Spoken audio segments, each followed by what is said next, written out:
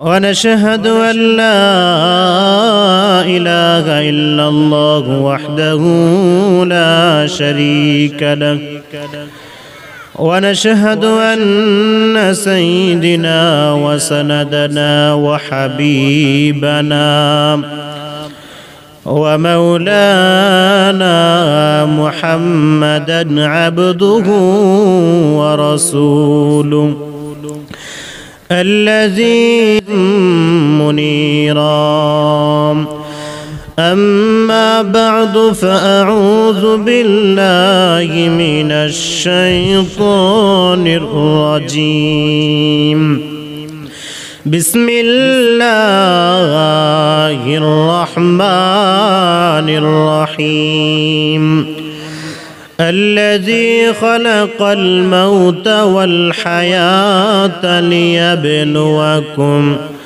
ليبلوكم أيكم أحسن عملا وهو العزيز الغفور قال رسول الله صلى الله عليه وسلم اغتنم خمسا قبل خمس شباب هرمك وصحتك قبل سقمك وغناك قبل فقرك وفراغك قبل شغلك وحياتك قبل موتك صلى الله على سيدنا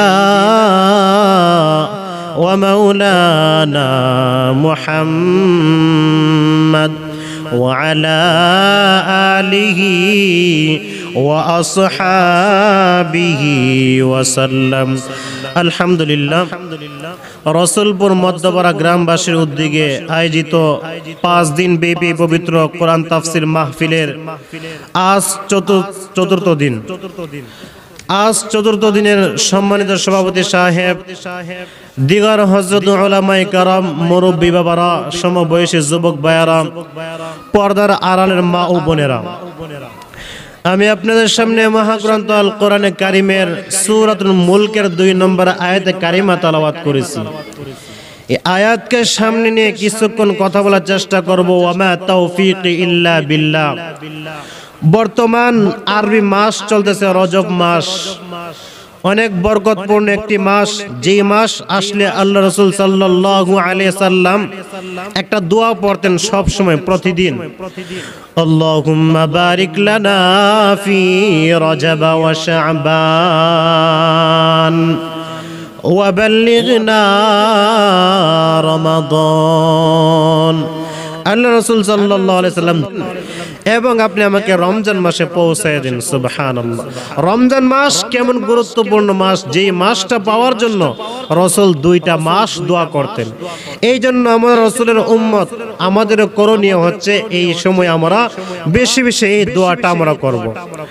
তো ভাইয়েরা আমার, আমি আপনাদের সামনে যে আয়াতে কারিমা তেলাওয়াত করেছি, এই আয়াতের মধ্যে আল্লাহ পাক রব্বুল আলামিন বলেন, আমি মানুষের জীবন এবং মরণ দান করেছি পরীক্ষা করবার জন্য। কি করবার লাগে? পরীক্ষার জন্য। আহসানু আমালা, কে সুন্দর আমল করে। আমরা কি সুন্দর আমল করি? আল্লাহর হুকুম মানি কি মানি না? সুন্দর আমল করব কি করব না? ওই জিনিসটা আল্লাহ পাক রব্বুল আলামিন পরীক্ষা করবার জন্য সুন্দর আমল করে কিনা। আর সুন্দর আমল করার, ভালো আমল করার একটা টাইম আছে, একটা সময় আছে। প্রত্যেকটা জিনিসের একটা টাইম আছে। দুনিয়ার ভিতরে যে মানুষেরা ব্যবসা করে, চাকরি করে, একটা সময় আছে। ওই সিজন মতে মানুষটা কাজ করলে তার রুজি বেশি হয়, ইনকাম বেশি হয়। ঠিক তেমনি ভাবে আল্লাহ পাক রব্বুল আলামিন আমাদেরকে দুনিয়াতে পাঠিয়েছেন ইবাদত বন্দেগী করবার জন্য। আর সেই ইবাদত বন্দেগী করবার পারফেক্ট সময় হচ্ছে, সুন্দর সময় হচ্ছে যৌবন কাল। আমাদের জীবনের 3টা কাল। 1 নম্বর প্রথম কাল হচ্ছে শিশুকাল, শৈশবকাল। যেই কালটার কোনো মূল্য নাই, কোনো দাম নাই, যেই কালে মানুষ গুনাহ করলে ফেরেশতারা তার গুনাহ লিখবে না। ওই কালটার কোনো দাম নাই, শিশুকাল। ওই কালে আপনাকে কোনো সরকার আপনাকে কোনো চাকরি দিবে না, সরকারি কোনো ব্যাংক আপনাকে চাকরি দিবে না, কোনো মানুষ আপনাকে মূল্যায়ন করবে না। ওই সময় শৈশবকাল পার হয়ে যখন যৌবনকালে চলে যাবেন, ওই সময়টার বড় দাম। ওই সময় ইবাদত বন্দেগী করলে মহান আল্লাহ পাক রব্বুল আলামিন ওই মানুষটার উপরে অনেক খুশি হয়ে যায়। যৌবনকালের ইবাদত বন্দেগী আল্লাহর কাছে প্রিয়। আল্লাহ পাক রব্বুল আলামিন এত প্রিয় হয় যে অন্য কোন সময় ইবাদত বন্দেগী করলে ওই বান্দা বান্দির উপর আল্লাহ পাক রব্বুল আলামিন এত খুশি হয় না। কেন এত খুশি হয়? কারণ ওই সময় বান্দার ভিতরে গুনাহ করবার যোগ্যতা থাকে, শক্তি থাকে, সামর্থ্য থাকে, আবার ভালো কাজ করার শক্তি থাকে, সামর্থ্য থাকে। যে যুবক, যে যুবতীরা শরীরের ভিতরে যৌবন থাকা সত্ত্বে গুনাহ করার চাহিদা আছে, গুনাহ করতে মন চায়, কিন্তু আল্লাহর ভয়ে যদি ওই মানুষটা গুনাহ থেকে বেঁচে থাকে, ওই মানুষটার ইজ্জত আর সম্মান ফেরেশতা চাইতে আরো বেশি হয়ে যায়। সুবহানাল্লাহ। আর যে মানুষটা গুনাহ করার শক্তি আছে, নেক কাজ করার যোগ্যতা আছে, সময় আছে, তৌফিক আছে, তারপরও নেক কাজ করলো না, ভালো কাজ করলো না, ওই মানুষটা হিংস্র জানোয়ার চাইতে, কুকুর চাইতে তারা নিকৃষ্ট হয়ে যায়। এই জন্য যৌবনকাল আল্লাহ পাক রব্বুল আলামিনের দেওয়া বড় নিয়ামত। ওই সময় আমাদেরকে আমল করতে হবে, আর ওই আমলটা আল্লাহ পাক রব্বুল আলামিনের কাছে অনেক পছন্দের আমল। যেমন মনে করেন আপনি একটি মরুভূমির উপর দিয়ে হাইটা যাইতেছেন। মনে করেন একটি নাবালেগ ছেলে মরুভূমির উপর দিয়ে হাইটা যাইতেছে। রাস্তায় একজন মহিলার সঙ্গে দেখা, যে মহিলা অত্যন্ত সুন্দরী। ওই যুবক, ওই ছেলেটা, ছোট্ট নাবালক ছেলে মহিলাকে দেখে বলতেছে, আপা বই পায়েন না, আপনিও একা আমিও একা, একসাথে রাত কাটাই, সকালবেলা আপনি আপনার বাড়িতে চলে যান, কোনো সমস্যা হবে না। রাতের বেলা নাবালক ছেলে, তার ভিতরে যৌবন নাই। ওই নাবালক ছেলে ওই মহিলার দিকে খারাপ দৃষ্টিতে তাকাই নাই, কোনো লুবানক দৃষ্টি করলো না, কোনো আক্রমণও করলো না। ওই নারীটা কিন্তু সকালবেলা এই কথা বলবে না, হে নাবালক ছেলে, একসাথে রাত কাটাইলাম, কোনো লোভের দৃষ্টি আমাকে করলা না, বরংস আমাকে বোন বলে ডাক দিলা, আমি তোমার উপর খুশি হয়ে গেলাম, এই কথা কিন্তু বলবে না।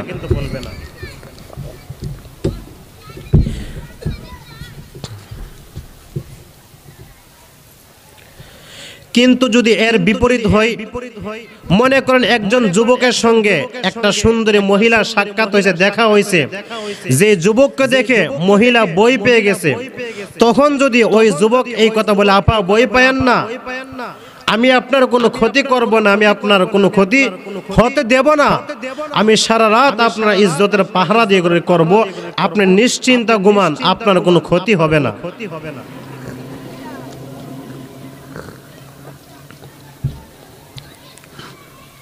যদি কোনো যুবক এই কথা বলে, তখন কিন্তু পরের দিন সকালে এই নারী এই কথাটা বলা স্বাভাবিক, বলতে পারে, আরে নওজোয়ান যুবক, তোমার দেহে যৌবন আছে, ইচ্ছা করলে মরুভূমির প্রান্তরে আমার ইজ্জতের উপর আঘাত তুমি করতে পারতা, কেউ নাই। আরে যুবক, তোমার ভিতরে যৌবন থাকা সত্ত্বেও, শক্তি থাকা সত্ত্বেও, সুযোগ থাকা সত্ত্বেও আমার দিকে কোনো আক্রমণ করলা না, আমার প্রতি কোনো লোভানক দৃষ্টিতে তাকাইলা না। আরে যুবক, বরংস আমাকে তুমি বোন বলে ডাক দিলাম, আমি তোমার উপরে খুশি হয়ে গেলাম। আরে যুবক, তুমি আমাকে বোন বলে ডাক দিলা, আমিও এখন তোমাকে ভাই বলে ডাক দিলাম, আর আমি তোমার উপরে খুশি হইয়া আমি তোমাকে পুরস্কারটা দিলাম। এই কথা বলতে পারে, কারণ এই মহিলা জানে তার ভিতরে শক্তি আছে, সামর্থ্য আছে, যোগ্যতা আছে, তারপরে সে কোনো আমার উপর আক্রমণ করলো না। কেন করলো না?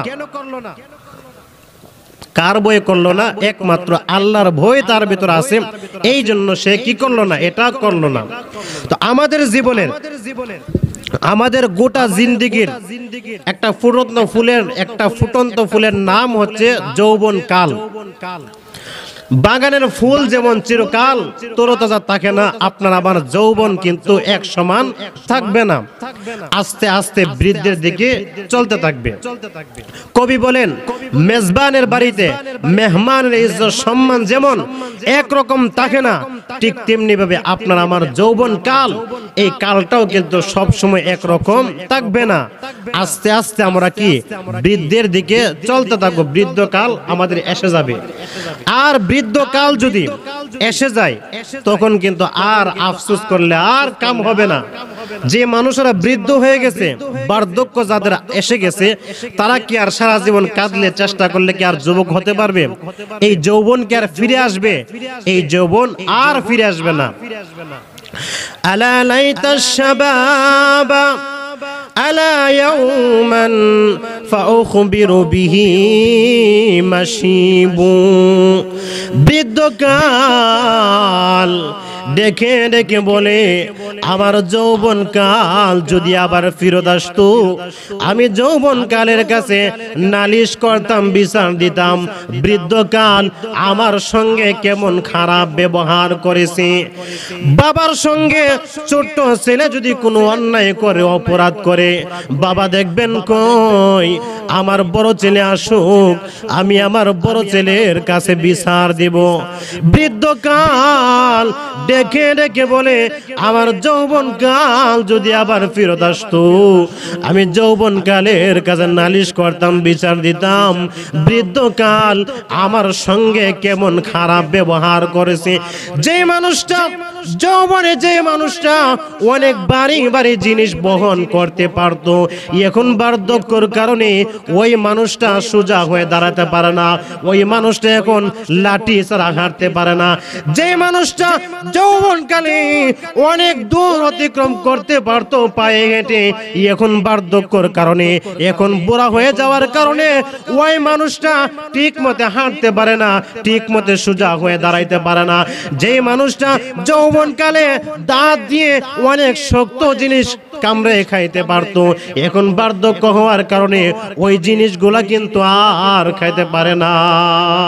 বার্ধক্য চলে এসেছে, এখন যৌবন কালের মতন আর কোনো কিছু করতে পারে না।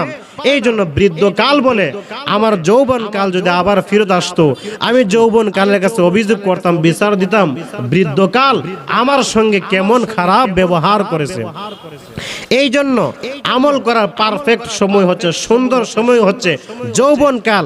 যদি আমরা এই যৌবন কালটা ইবাদত বন্দিকে কাটাইতে পারি, বৃদ্ধকালে যদি এরকম ভাবে ইবাদত বন্দিকে নাও করতে পারি, শরীরে দেনা শক্তি কুলায় না, আল্লাহ পাক রব্বুল আলামিন যৌবন কালে আপনি যেরকম ভাবে ইবাদত বন্দিকে করছেন, ওই রকম ইবাদত বন্দিগির সওয়াব আল্লাহ পাক রব্বুল আলামিন দান করবে।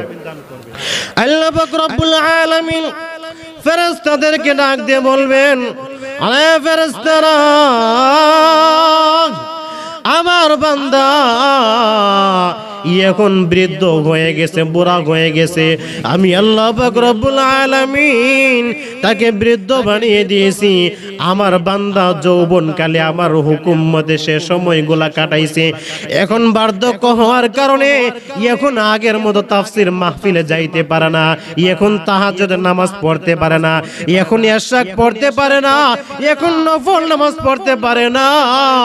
রে ফেরেশতারা, আমার বান্দা যৌবনকালে যেমন ভাবে ইবাদত বন্দেগী করত, ওই রকম সওয়াব এখন বৃদ্ধকালে তার আমল নামায় দিয়ে দাও। সুবহানাল্লাহ। বৃদ্ধকালে আপনি বিছানায় শুয়ে থাকবেন, ইশরাক পড়তে পারবেন না, চাষ পড়তে পারবেন না, আওয়াবির পড়তে পারবেন না, বিভিন্ন দূর দূরান্ত মাহফিলে যেতে পারবেন না, আপনার শক্তি কুলায় না, সামর্থ্য দেয় না, আপনাকে শক্তি দেয় না। আল্লাহ পাক রব্বুল আলামিন যৌবনকালে যেমন ইবাদত বন্দেগী করতেন, ওই রকম সওয়াব বৃদ্ধকালে আপনাকে দান করবে। সুবহানাল্লাহ। এবং আল্লাহ রাসূল সাল্লাল্লাহু আলাইহি সাল্লাম আরো বলেন, আল্লাহর নবী বিশ্বনবী রাহমাতুল লিল আলামিন উম্মতদেরকে বলেন, উম্মতেরা, কিয়ামতের ময়দানে কঠিন দিনে যেই দিন এত ভরে চলে আসবে, নিচের জমিন তামাক হয়ে যাবে, যেই দিন জাহান্নাম লেলিহান জিহ্বা বাড়াইয়া মানুষদেরকে ডাকতে থাকবে, গুনাহগারদেরকে ডাকতে থাকবে, পাপিষ্ঠদেরকে ডাকতে থাকবে। ওই দিন কঠিন দিনে, মুসিবতের দিনে, যেই দিন মা তার সন্তানকে চিনবে না, সন্তান মা তার মা বাবাকে চিনবে না, স্বামী তার স্ত্রীকে চিনবে না, স্ত্রী তার স্বামীকে চিনবে না, বন্ধু তার বন্ধুকে চিনবে না।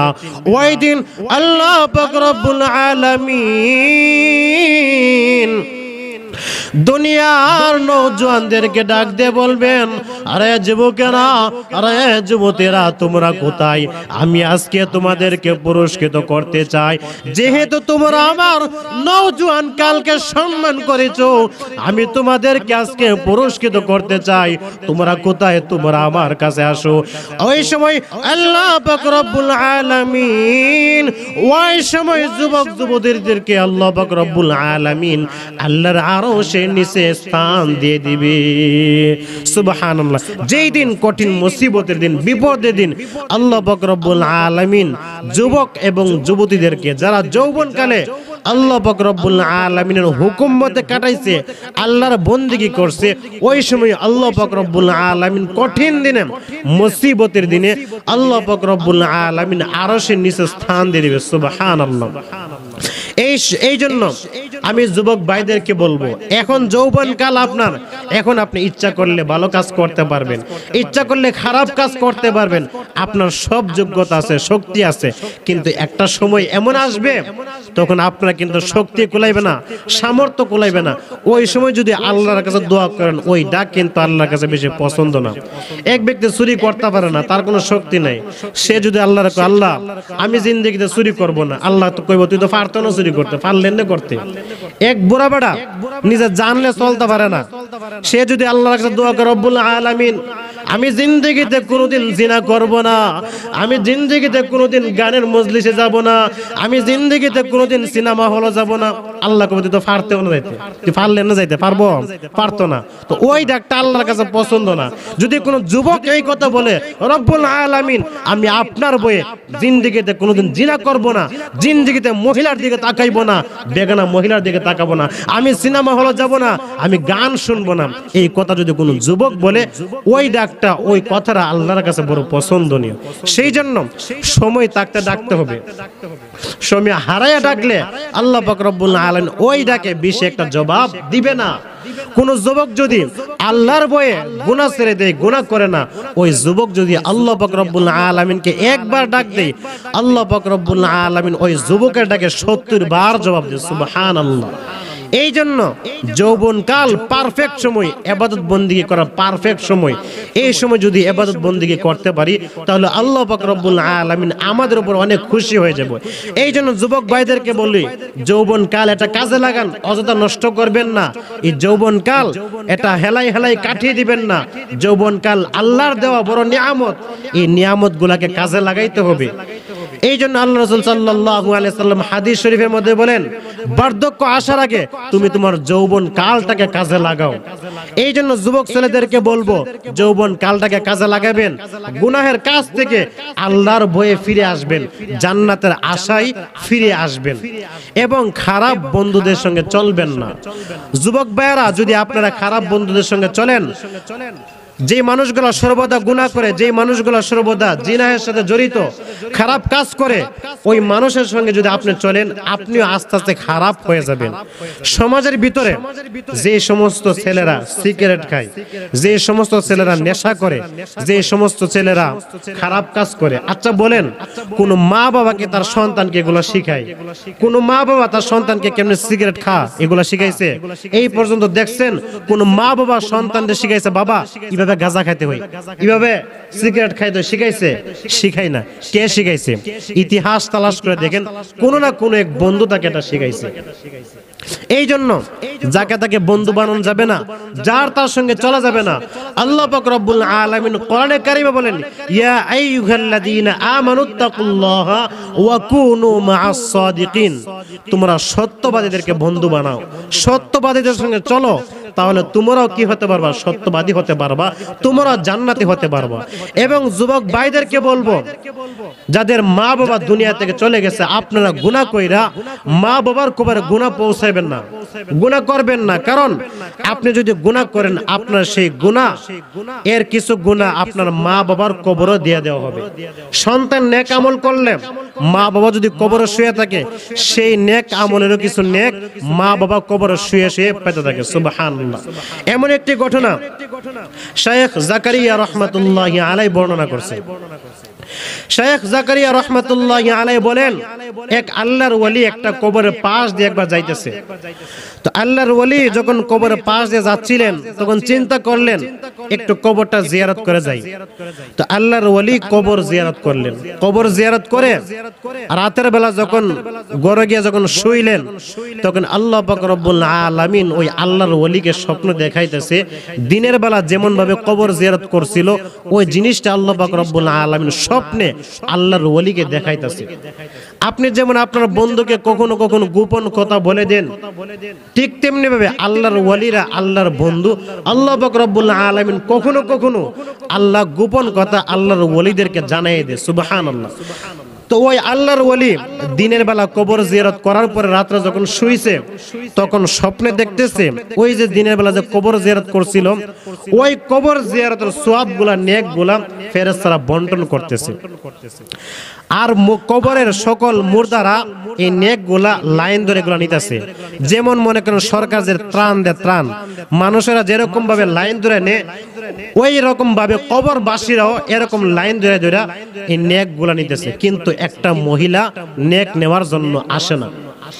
ওই সময় আল্লাহর ওলি ওই মহিলাকে জিজ্ঞাসা করতেছেন, আরে মহিলা, কবরে শুয়ে থাকা সকল মানুষেরা আসলো নেক নেওয়ার জন্য, কিন্তু তুমি কেন আসলে না নেক নেওয়ার জন্য? ওই সময় ওই মহিলাটা বলতেছে, আরে আল্লাহর ওলি, আমি দুনিয়া থেকে আসার আগে একটা নেক সন্তান দুনিয়াতে রেখে এসেছি। ওই নেক সন্তানটা আমার নেই। সেই নেক সন্তানটা দুনিয়ার মধ্যে কোরআন তেলাওয়াত করে, সেই কোরআন তেলাওয়াতের সওয়াব আমি মার কবরে পৌঁছতে থাকি। এই জন্য এখন আমার নেক নেওয়ার প্রয়োজন নাই। আমার সন্তান দুনিয়ার উপরে কোরআন তেলাওয়াত করে, আর সেই কোরআন তেলাওয়াতের সওয়াব আমি মার কবরে আসতে থাকে। সুবহানাল্লাহ। ওই সময় আল্লাহর ওলি মহিলাকে জিজ্ঞাসা করতেছে, আপনার ছেলের নাম কি? আপনার ছেলে কোথায় থাকে, কি করে? ওই মহিলা বলতেছে, আমার ছেলে হচ্ছে দোকানদার, দোকানদারি করে, সারাদিন দোকানদারি করে, দোকানের ভিতরে বসে বসে সারাদিন কোরআন তেলাওয়াত করে।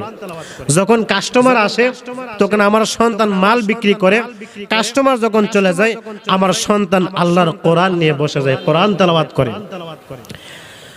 তো আল্লাহর ওলি মহিলাকে জিজ্ঞাসা করতে, আপনার সন্তানের নাম কি? নাম বললেন, বাবার নাম বললেন, কোন বাজারে থাকে বাজারের নামটাও বললেন।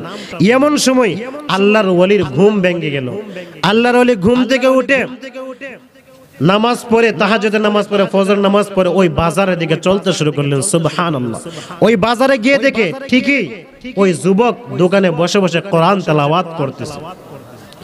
আল্লাহর ওলি ওই যুবককে ডাক দিয়ে বলেন, আরে যুবক, তোমার নাম কি? অমুক।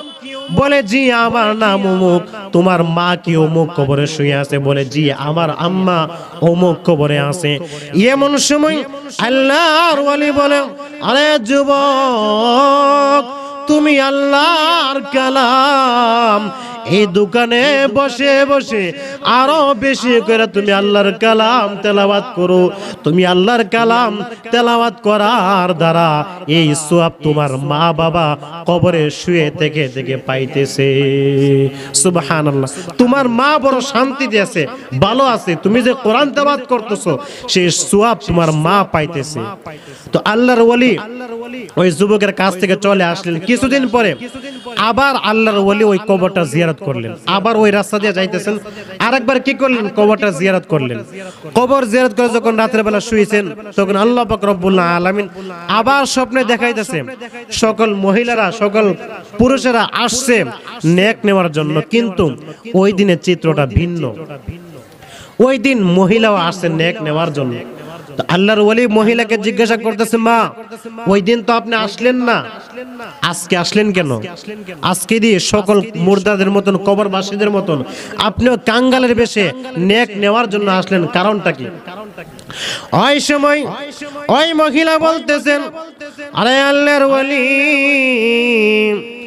দুনিয়ার মধ্যে সূর্য উঠলে যেমন, আকাশের মধ্যে সূর্য উঠলে যেমন অন্ধকার চলে যায়, দুনিয়াটা যেমন আলোকিত হয়ে যায়, দুনিয়ার ভিতরে সন্তানেরা নেক আমল করলে ওই নেক আমল মা বাবার কবরে পৌঁছতে থাকে। আমার সন্তান এতদিন দুনিয়ার ভিতরে ছিল, নেক আমল করত, আর সেই নেক আমলের সব আমার মার কবরে পৌঁছতে থাকতো। আরে আল্লাহর ওলি, ওই সন্তানটা এখন আর দুনিয়াতে বেঁচে নাই, আমার সন্তানটা এখন কবরবাসী হয়ে গেছে। এই জন্য আমিও সকল কবরবাসীর মতো নেক নেওয়ার জন্য এখানে চলে আসছি। তাহলে দেখেন, যেই সময় সন্তান দুনিয়াতে ছিল ওই সময় কিন্তু মা নেক নেওয়ার জন্য আসে নাই।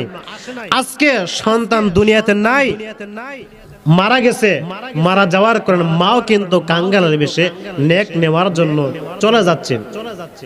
সেই জন্য আমি যুবক ভাইদেরকে বলবো, মা বাবা অনেক কষ্ট করে আপনাকে লালন পালন করছে, নিজে না খাইয়া নিজে না পয়রা আপনাকে সবকিছু করছে। সেই মা বাবা যাদের কবরে শুয়ে আছে, গুনাহ কইরা মা বাবার কবরে গুনাহ পৌঁছায়েন না, নেক আমল কইরা মা বাবার কবরে নেকের হিস্সা কবরে পৌঁছাবেন। যদি আমরা করতে পারি এই কাজগুলো, যদি যুবক ভাইরা করতে পারেন, আপনি যখন একসময় কবরে শুয়ে যাবেন তখন আপনার সন্তানেরাও আপনার জন্য এরকম ভাবে দোয়া করবে, আপনার জন্য নেক আমল করবে, আপনার জন্য কোরআন তেলাওয়াত করবে, আপনার কবরে নেকের হিস্সা পৌঁছাবে। এই জন্য যদি এখন আপনি যদি এই কাজগুলো করতে পারেন, তাহলে আপনার সন্তানেরাও এই কাজগুলো করবে। এবার আসেন, আমি আপনাদের সামনে যে হাদিসে তেলাওয়াত করছি, হাদিসের মধ্যে আল্লাহ রাসূল সাল্লাল্লাহু আলাইহি সাল্লাম বলতেছেন, 5টি জিনিস আসার আগে আগে 5টি জিনিসের মূল্যায়ন করো। এর মধ্যে 1 নম্বর, শাবাবাকা ক্বাবলা হারামিক, যৌবন কালকে মূল্যায়ন করো, বৃদ্ধ কাল আসার আগে আগে। এবং আল্লাহ রাসূল সাল্লাল্লাহু আলাইহি সাল্লাম বলেন, ওয়া হায়াতাকা ক্বাবলা মাউতিক, তোমার হায়াতকে মূল্যায়ন করো, গুরুত্ব দাও, সম্মান করো মৃত্যু আসার আগে। মৃত্যু কিন্তু যে কোনো সময় চলে আসতে পারে, যে কোনো সময় মালাকুল মাউত কিন্তু আমাদের সঙ্গে সাক্ষাৎ হয়ে যাবে। কত মানুষ সকালবেলা সুন্দরভাবে শুরু করছে দিনটা, কিন্তু বিকাল হওয়ার আগে আজরাইলের সঙ্গে মুলাকাত হয়ে গেছে। কত মানুষ রাতের বেলা সুন্দরভাবে ঘুমাইছে, কিন্তু সকাল হওয়ার আগেই মালাকুল মাউত আজরাইলের সঙ্গে সাক্ষাৎ হয়ে গেছে। এই জন্য মালাকুল মাউতের সঙ্গে যে কোনো সময় সাক্ষাৎ হতে পারে। এই জন্য বুদ্ধিমান তো সেই ব্যক্তিরা যে নাকি মৃত্যুর জন্য সব সময় প্রস্তুত থাকে, কারণ মালাকুল মাউত যে কোনো সময় আসতে পারে। মালাকুল মাউত কি আপনাকে বলে আসবে? না, কাউকে বলে আসবে না, যে কোনো সময় আসতে পারে। আল্লাহ রাসূল সাল্লাল্লাহু আলাইহি সাল্লাম সাহাবায়ে কেরামদেরকে বললেন, ও সাহাবারা, তোমরা মরণকে কে কত কাছে মনে করো? এক সাহাবী বলেন, ওগো নবীজি, আমি মরণকে এত কাছে মনে করি, আমি ফজরের নামাজটা জামাতে পড়েছি, যোহরের নামাজটা জামাতে পড়তে পারবো কিনা, এতটুকু হায়াত আমার আছে কিনা আমার বিশ্বাস হয় না। আরেকজন বললেন, ওগো নবীজি, আমি যোহরের নামাজটা জামাতে পড়েছি, আসরের নামাজটা জামাতে পড়তে পারবো কিনা, এতটুকু হায়াত আমার আছে কিনা আমার বিশ্বাস হয় না। আরেকজন বললেন, ওগো নবীজি, আমি আসরের নামাজটা পড়ছি, মাগরিব নামাজটা পড়তে পারবো কিনা, এতটুকু হায়াত আমার আছে কিনা আমার বিশ্বাস হয় না। আরেকজন বলেন, ওগো নবীজি, আমি মাগরিবের নামাজটা পড়েছি, ইয়াশারের নামাজটা জামাতে পড়তে পারবো কিনা, এতটুকু হায়াত আমার আছে কিনা আমার বিশ্বাস হয় না। আল্লাহ রাসূল সাল্লাল্লাহু আলাইহি সাল্লাম সাহাবায়ে কেরামদেরকে বললেন, আরে সাহাবীরা, তোমরা মরণকে এত দূরে মনে করো, কিন্তু আমি রাসূল, আমি নবী মরণকে কত কাছে মনে করি। আমরা যে নামাজ পড়ি, নামাজের যে সালাম ফিরাই, ডান দিকে সালাম ফিরানোর পরে আমি বাম দিকে সালাম ফিরাতে পারবো কিনা, এতটুকু হায়াত আমার আছে কিনা আমার বিশ্বাস হয় না। সুবহানাল্লাহ। ডান দিকে সালাম ফিরানোর পরে বাম দিকে সালামটা ফিরাতে পারবো কিনা, এতটুকু হায়াত আমার আছে কিনা আমার বিশ্বাস হয় না। এই জন্য মৃত্যুর জন্য সব সময় আমরা কি থাকতে হবে? প্রস্তুত থাকতে হবে, রেডি থাকতে হবে। যদি আমরা থাকতে পারি তাহলে আমাদের পরকালটা হবে শান্তিতে। আমাদের মৃত্যুর পরে আমরা শান্তিতে থাকতে পারবো। আল্লাহ রাসূল সাল্লাল্লাহু আলাইহি সাল্লাম হাদিসের মধ্যে বলেন, ইয়াতিহি মালাকান ফায়াজলিসানিহি, মাইয়িতকে যখন কবরে রাখা হয়, যখন শোয়ানো হয়, তখন দুইজন ফেরেশতা আছে। আয়েশা মাইয়িতকে উঠায়া বসাবে, বসানোর পরে মাইয়িতকে প্রশ্ন করে, মার রব্বুকা, তোমার রব কে? ওয়া মা দীনুকা, তোমার ধর্ম কি? ওয়া মান হাযার রাজুলুল্লাযী বুইসা ফীকুম, কে সেই মানুষ যাকে তোমাদের মাঝে প্রেরণ করা হয়েছিল? সুবহানাল্লাহ। ওই সময় যদি বান্দারা যদি নেক আমল করে থাকে, বান্দারা যদি মৃত্যুর জন্য সবসময় প্রস্তুত নিয়ে থাকে, মৃত্যুর জন্য প্রস্তুতি হয়ে যদি কবরে চলে যায়, তখন ওই মানুষটা কিন্তু ফেরেশতার জবাবে উত্তর দিতে পারবে। ওই সময় যদি বান্দারা যদি প্রশ্নের উত্তর দিতে পারে, তখন একটা গায়েব একটা আওয়াজ আসবে, ফাসাদ্দাকা, আমার বান্দা সত্য বলেছে, আমার বান্দা সত্য বলেছে। ফাফরিশুহু মিনাল জান্নাহ ওয়া আলবিসুহু মিনাল জান্নাহ ওয়াফতাহু লাহু বাবান ইলাল জান্নাহ, আমার বান্দার শরীরে জান্নাতি পোশাক পরায়া দাও, আমার বান্দার কবরে জান্নাতি বিছানা বিছায়া দাও, আর আমার বান্দার কবরের সঙ্গে জান্নাতের সঙ্গে সংযুক্ত করে দাও। সুবহানাল্লাহ। এরকম ভাবে আল্লাহর বান্দা কিয়ামত আগ পর্যন্ত কবরে শুয়ে থাকবে, কিয়ামত আগ পর্যন্ত আরামে শুয়ে থাকবে। যেমন ভাবে বাসর রাতে স্বামী স্ত্রী আরামে শুয়ে থাকে, ওই সময় ওই আল্লাহর বান্দা কবরের ভিতরে শুয়ে থাকবে, শত শত বছর চলে যাবে, ওই বান্দার খবর থাকবে না। হাসরের মাঠে আল্লাহ পাক রব্বুল আলামিন যখন ওই বান্দাকে জাগ্রত করবেন, জাগাবেন, তখন ওই আল্লাহর বান্দার কাছে মনে হবে যে সামান্য সময় ঘুমানোর পরে কিয়ামত হয়ে গেছে। সুবহানাল্লাহ। এটা মনে হবে। এই জন্য আমরা মৃত্যুর জন্য সব সময় তৈরি থাকবো। যে কোনো সময় মালাকুল মাউত আসতে পারে। এই পৃথিবীর জমিনে কত রাজা, কত বাদশা, কত শাহেনশাহ, আমির উমারা এই পৃথিবীর জমিনে ছিল, যাদের কত শান শাওকাত ছিল, যাদের ক্ষমতার কাছে মানুষ থরথর করে কাঁপতো, কিন্তু আজকে কিন্তু কেউ দুনিয়ার মধ্যে নাই। সকলে কিন্তু অন্ধকার কবরে চলে গেছে। এই পৃথিবীটা শাসন করেছে এমন বড় বড় বাদশা ছিল 4 জন, এর মধ্যে 2 জন হচ্ছে মুসলমান, 2 জন হচ্ছে কাফের। মুসলমান 2 জন, একজন হচ্ছে বাদশা সুলাইমান, আরেকজন হচ্ছে বাদশা যুলকারনাইন। এই 2 জন বাদশাকে আল্লাহ পাক রব্বুল আলামিন এত ক্ষমতা দিয়েছিলেন, তামাম পৃথিবী শাসন করেছে। কিন্তু তামাম পৃথিবী শাসন করার পরেও কি তারা কি থাকতে পারছে? তারা কেন থাকতে পারে না, কবরে চলে গেছে। এই দুনিয়া থেকে যাওয়ার সময় দুনিয়ার কোনো কিছু কিন্তু সঙ্গে নিয়ে যেতে পারে নাই। বাদশা যুলকারনাইন দুনিয়া থেকে চলে যাওয়ার সময়, বাদশা যুলকারনাইন ইন্তেকালের সময় ভক্তদেরকে বললেন, সন্তানদেরকে বললেন, আরে আমার সন্তানেরা, আমার মনে হয় আমি আর দুনিয়াতে বাঁচবো না, আমার ইন্তেকালের সময় হয়ে গেছে। আরে সন্তানেরা, আমার ইন্তেকালের পরে, আমার মৃত্যুর পরে আমার যখন জানাজা হয়ে যাবে, আমার কাফনের ভিতর থেকে 2টা হাত এরকম করে বের করে শহরের অলিগুলি ঘুরাইয়া তারপর আমাকে কবর দেশে নিও। সন্তানেরা বললেন, ওগো বাচ্চা, ওগো আব্বাজান, এত বড় বাচ্চা আপনি, এত ক্ষমতা আপনার, এত কিছু আপনার, আপনার ইন্তেকালের পরে কত দূর দূরান্ত থেকে মানুষ আসবে আপনাকে দেখার জন্য, আর আপনি কিনা বলেন আপনার ইন্তেকালের পরে আপনার কাফনের ভিতর থেকে হাত 2টি বের করে শহরের অলিগুলি ঘুরাইতাম কেন গো বাবা? বাদশা যুলকারনাইন সন্তানদেরকে বললেন, এত ক্ষমতা পাওয়ার পরে, এত হায়াত পাওয়ার পরে, এত কিছু পাওয়ার পরে আজকে আমি খালি হাত অন্ধকার কবরে চলে যাইতেছি। আমি দুনিয়াবাসীকে শিক্ষা দিয়ে যেতে চাই, আমি দুনিয়াবাসীকে উপদেশ দিয়ে যেতে চাই। ও দুনিয়াবাসীরা, এত ক্ষমতা পাওয়ার পরে, এত কিছু পাওয়ার পরে আজকে আমি খালি হাত অন্ধকার কবরে যাইতেছি।